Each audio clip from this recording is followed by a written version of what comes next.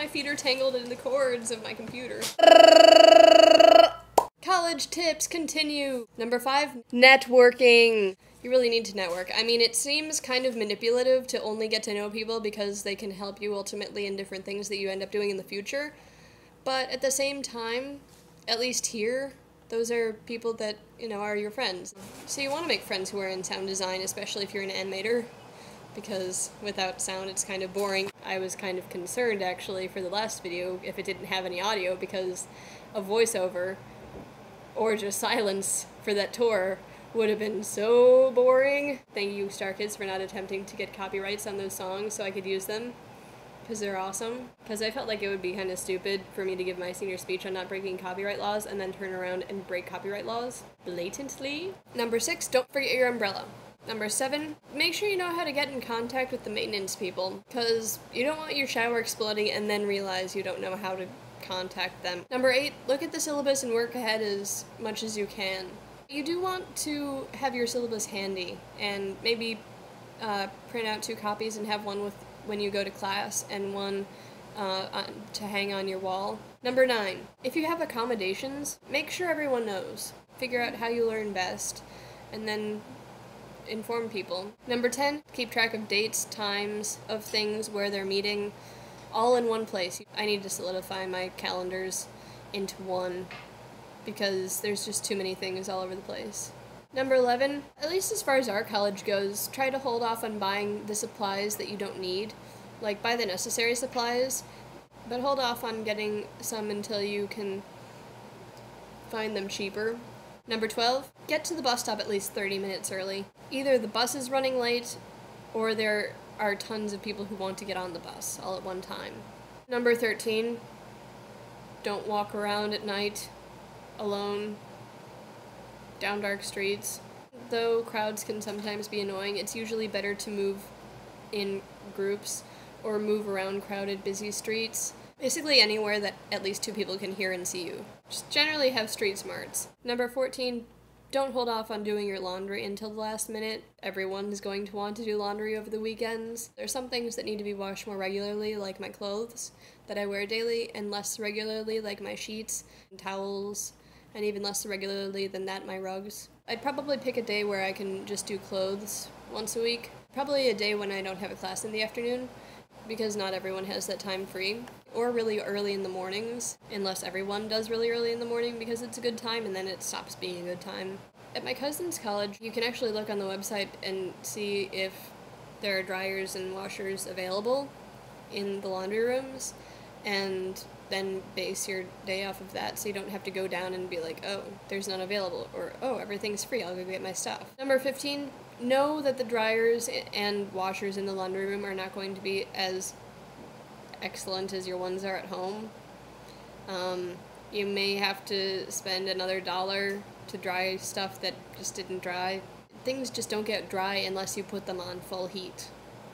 So since you're doing your own laundry, I'd recommend not bringing anything that takes a lot of work to take care of. Number 16, take advantage of the computer labs and libraries. My history professor was saying that he doesn't see any reason why anyone should ever have to print out class things on their own printers, because you kind of are paying for the paper in the libraries and the computer labs, so you should go there. I also know that at our library they have different people who are willing to help you with your writing assignments, so sometimes if you go there for the printers, it's also good to go there for the help. Number 18, don't wear headphones in a strange place, because you will either get lost or mugged. That's kind of along with the street smarts thing. Number 19, be frugal. Be very frugal. College kids are already frugal, but be frugal. Number 20, bring duct tape. I can't even tell you how often I use duct tape. It's great because if you need a bag, you can make one. Or if your posters keep falling, then you can hang them up. Or if you have a shelf that's not particularly sturdy, you can reinforce it. After all, duct tape is like the Force. It has a light side and a dark side and holds the universe together. So why would you go without it? Number 21, know that the first week of school is going to be rough. It's a new place, you're orienting, you're getting everything ready, you're taking new classes, you're meeting new people, you're living alone, you're going to have to manage your time. And just know that it's not going to be a picnic. And it gets better. Number 22, don't feel the need to get a significant other early on or bear all of your life secrets to your newly found friends that you make in the first week. My hippo-loving friend told me this. The friends that you make in the first week are convenient. They're friends who are just kind of there. They're not necessarily friends that will last. It's not unheard of, but, you know, you can be a loner for a while. It doesn't matter. You shouldn't remain a loner for a particularly long time if you want to get into groups, because then people start developing circles and it's harder to meet new people, but, you know, you're going to get to know the people in your classes at least, and the people that you wait at the bus stop with, and the people who have similar interests and majors as you do. It's only for a year. Although having a significant other or best friend who will go everywhere with you is a good thing for being safe on the streets and having someone to travel with you, but those relationships rarely last. Like, I tend to go places with my friends from over the summer, and I got to know some of the people in my class because they also wait at the bus stop, and it was kind of necessary for me to be with someone else at those bus stops. The first time I stayed late for drawing, we went outside, and there were police cars a block away. And then it occurred to me that that's probably the safest place I could have been, because if you're going to do something illegal, the last place you want to be is by red and blue flashing lights, assuming that no one was fleeing the scene of the crime. Number 23, familiarize yourself with the school website before you start school. It's the prominent source of all information, so it's sometimes very confusing to maneuver through. Number 24, if you're feeling depressed, sometimes it helps if you just seriously write a list of everything that makes you happy. I started doing this in middle school, and, I'd write down things like, rain makes me happy, petting my cats makes me happy, ice cream, watching water evaporate from asphalt, putting my feet up at the end of a long day. The first time I did this, I was in middle school in the middle of a study hall, and then one of the kids who was not my best friend in the world from middle school looked over and said, "What are you doing?" "I'm writing a list of things that make me happy." Then she made fun of me. Of course, I started the list because she was making fun of me, and then I ended the list because she was making fun of me.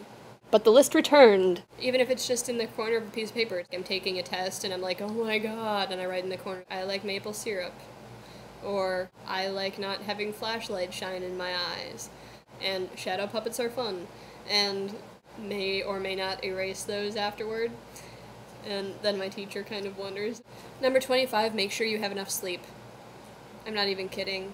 You're more alert when you sleep, so chances are you're going to pay better attention in class and get better grades. Chances are you're not going to miss your bus or get confused as to which stop you get off on. You're not going to walk down a dark alley by mistake and get shot in the head. You're going to be able to make friends better because you're not going to be irritable. Homework, usually you prioritize over sleep anyway. You're not going to follow that rule all the time, but just kind of keep it in mind. Number 26, don't go out to have fun with your friends if you still have homework. I know you seem like you're missing out by saying, guys, I can't come, I have so much to do, but everyone's going to do that eventually. Know what you have to do and have the confidence to be able to do it. Number 27, you really don't have to buy any pens if your college is anything like mine. They give you a lot of free pens. Where'd it go?